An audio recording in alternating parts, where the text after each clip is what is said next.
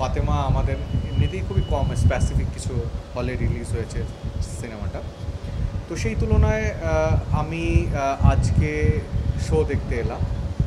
তো আমার আজকে দুপুরের যে শোটা আমি দেখেছি আজকে, তো আমার কাছে ভালোই লেগেছে। বেশ মোটামুটি সব ধরনের দর্শক ছিলই আজকে।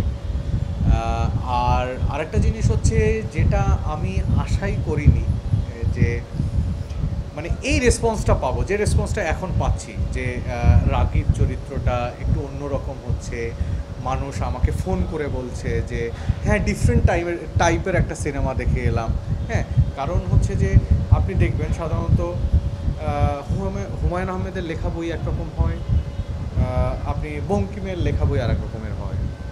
তো আসলে আমরা আগাগোড়াই বলছি এটা একটা নারীকেন্দ্রিক সিনেমা, এবং আমরা আসলে একটা নারীর চোখ দিয়ে এই সমাজের দুইটা পিরিয়ডকে দেখছি, একটা প্রেজেন্ট আর একটা হচ্ছে পাস্ট, দুটো টাইমকে দেখছি। তো এটা একটু ডিফারেন্ট, ওই ভাষাতে আমি বলবো। তো আর আরেকটা যে জিনিস বলবো, যে সেটা মানে গতানুগতিক লার্জার দেন লাইফ এরকম সিনেমা না এটা। তো সেইটা দেখতে গিয়ে মানে আমি এরকম ধরনের ইম্প্যাক্ট পাবো অডিয়েন্সের কাছ থেকে, তো মানে আমারও নিজেরও দেখে খুব ভালো লেগেছে। হ্যাটস অফ টু ধ্রুব ভাই, আমার ডিরেক্টর ধ্রুব হাসান। উনি খুবই খুবই খুবই সুন্দরভাবে সিনেমাটার স্টোরি বলেছেন। আর এখানে আর একটা যে জিনিস একদম না বললেই নয়, আমাকে এবং আমার কাজকে আরও বেশি ইনহ্যান্স করেছে বাকি কিছু কাস্টিং, বাকি যে তারকারা রয়েছে, যেমন আমি বলবো ইয়াশ রোহান।